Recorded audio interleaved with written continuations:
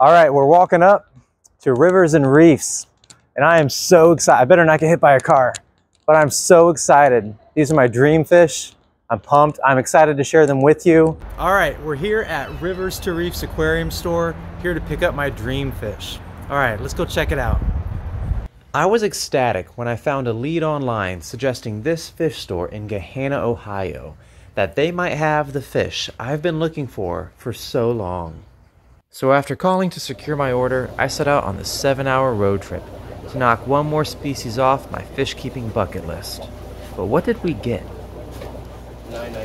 All right, here's Jack catching out my dream fish.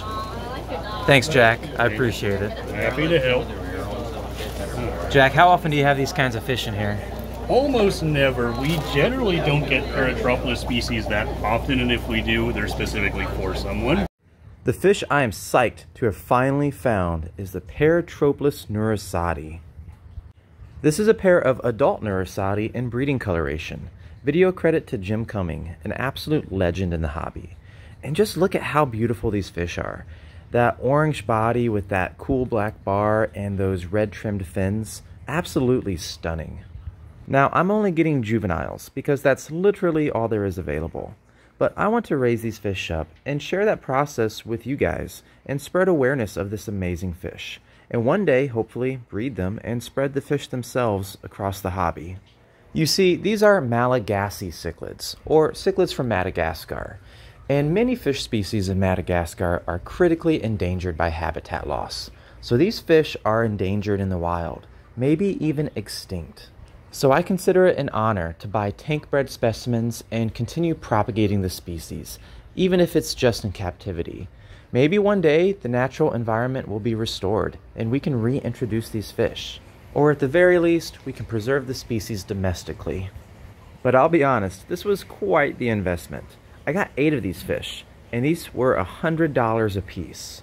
That's a lot of money, the most I've ever spent on a single order of fish. And that doesn't account for the cost of transportation or the value of my time. But let me tell you, I think it was worth every penny. All right, so this is the biggest and most expensive box of fish I've ever had. And it wasn't shipped to us, so everything should be good. We just put the fish in this box for transport from the store back to our house. But it was a 4-hour drive. So I'm still anxious. These fish are, to me, they're priceless. They were expensive, but really they're priceless. $100 per juvenile fish might sound pricey, but keep in mind how endangered they are in the wild and how difficult it is to find tank-bred specimens. I actually think the store was offering a very fair price. And they packaged the fish very well. So no surprises here that the fish are doing quite all right. They're very active and seem very healthy. So the next step is to float the fish in the quarantine tank for 15 to 20 minutes to temperature acclimate them.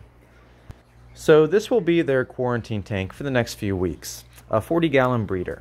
And normally my quarantine tanks are a little more bare. I don't put quite as much decoration in them.